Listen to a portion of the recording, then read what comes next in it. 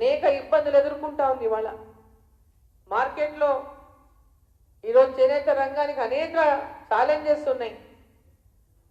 ఈరోజు చేనేత రంగానికి పవర్ లూమ్స్తో విపరీతమైనటువంటి ఇబ్బందులను చేనేత రంగం ఎదుర్కొంటా ఉంది. వెంబడే మార్కెట్లో డూప్లికేషన్, హ్యాండ్లూమ్కి వెంబడే డూప్లికేషన్ రావడంతో చేనేతకు ఈరోజు దానికి ఉన్నటువంటి ఆ యొక్క గుర్తింపు కానీ, చేనేతకు ఉన్నటువంటి ఆ యొక్క గొప్ప విశేషం కానీ వీళ్ళ మరుగున పడిపోయేటటువంటి ప్రమాదం ఏర్పడతా ఉంది పవర్ లూమ్స్ వచ్చిన తర్వాత. మరి చేనేతకు నిజంగా ఇవాళ ఈ యొక్క సెల్ ద్వారా, కమిటీల ద్వారా ప్రతి ఒక్క జిల్లాకు కూడా ఈరోజు కమిటీల నియామకం చేస్తూ ఉన్నారు, కన్వీనర్లు వేస్తూ ఉన్నారు. ఆ కన్వీనర్ల ద్వారా చేనేత రంగాన్ని అభివృద్ధిలోకి తేవడానికి ప్రతి ఒక్కరు కూడా కృషి చేయాల్సిందిగా ఈ సందర్భంగా నేను కోరుతా ఉన్నా. అంటే హ్యాండ్లూమ్స్ అంటే ఈరోజు చాలా గౌరవం హ్యాండ్లూమ్స్కి. ఎక్కడికి వెళ్ళినా దేశ విదేశాల్లో ఎక్కడికి పోయినా హ్యాండ్లూమ్కి ఉన్నంతటి డిమాండ్ ఈరోజు ఏ దానికి లేదు, ఏ మెటీరియల్కి లేదు. హ్యాండ్లూమ్ మెటీరియల్కి ఉన్నటువంటి ఆ డిమాండ్ని ఈరోజు మనం ఇంకా అందిపుచ్చుకోవాల్సినటువంటి అవసరం ఉంది. దాన్ని ఇంకా డెవలప్ చేయాల్సినటువంటి అవసరం ఉంది. దాన్ని ఇంకా అడ్వాన్స్గా ముందుకు తీసుకెళ్లాల్సినటువంటి అవసరం ఉంది. ఈరోజు దాంట్లో ఇంకా కొత్త కొత్త వాళ్ళకి టెక్నిక్స్ని అందుబాటులోకి తీసుకురావాల్సినటువంటి అవసరం ఉంది. చేనేత కార్మికుల యొక్క అనేక ఇబ్బందులని, వాళ్ళ ఇబ్బందులను అధిగమించడానికి ఏం చేయాలో మనం వాటి మీద దృష్టి పెట్టాల్సినటువంటి అవసరం ఉంది. ఈ యొక్క హ్యాండ్లూమ్స్ని ఎంత పెద్ద ఎత్తున మనం వాళ్లకు ఇబ్బందులు లేకుండా కార్మికుల యొక్క సమస్యలను మనం అడ్రస్ చేస్తూ హ్యాండ్లూమ్స్ డెవలప్ చేయడానికి, ఇంకా పెద్ద ఎత్తున ఈ యొక్క చేనేత పరిశ్రమను ఇంకా అభివృద్ధిలోకి తీసుకురావడానికి, చేనేత కార్మికులకు అండగా ఉండడానికి ఏ రకమైనటువంటి చర్యలు తీసుకోవాలో, ఏ రకంగా చేస్తే మనం దీన్ని ఇంకా అభివృద్ధిలోకి తీసుకెళ్తాం, దీన్ని ప్రపంచ వ్యాప్తంగా మన భారతదేశంలో ఉన్నటువంటి చేనేత పరిశ్రమకు ఉన్నటువంటి గుర్తింపును మరి ఇంకా ఏ విధంగా మనం పెంచుకుంటామనేటువంటి దిశగా మనం ఆలోచన చేయాలని చెప్పి, ఆ దిశగా అడుగులేయాలని చెప్పి సందర్భంగా నేను తెలియజేస్తా ఉన్నా.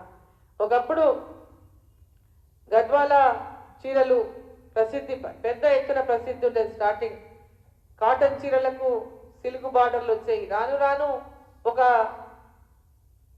కొత్త కొత్త టెక్నాలజీ, కొత్త కొత్త డిమాండ్స్తో ఈరోజు కాటన్ చీరలకే ఈరోజు కంప్లీట్గా, ఎందుకంటే మార్కెట్లో అది దాని కాస్ట్ ఏమో పెరిగిపోతుంది,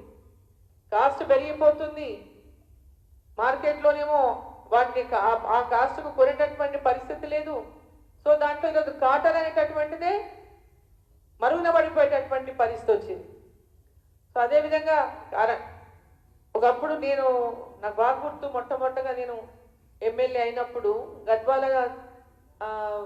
చీరల పరిస్థితి చాలా అధ్వాన్నంగా ఉండే. ఆనాటి వాళ్ళ యొక్క లేబర్ కానీ, కూలీలు కానీ, చేనేత కార్మికుల కూలీ విషయంలోనే కానీ, అంటే డిమాండే కానీ, వాళ్లకు వాళ్ళు ఏదైతే ప్రైజ్ని కార్మికులు నియమించుకుంటారో చీరల కాస్ట్, ఆ చీరల ధరకు కొనడంలో కానీ, సొసైటీలో కానీ వాళ్ళకి సహకారం, అన్ని రకాల అనేక ఇబ్బందులు ఎదుర్కొన్న చేనేత పరిశ్రమ.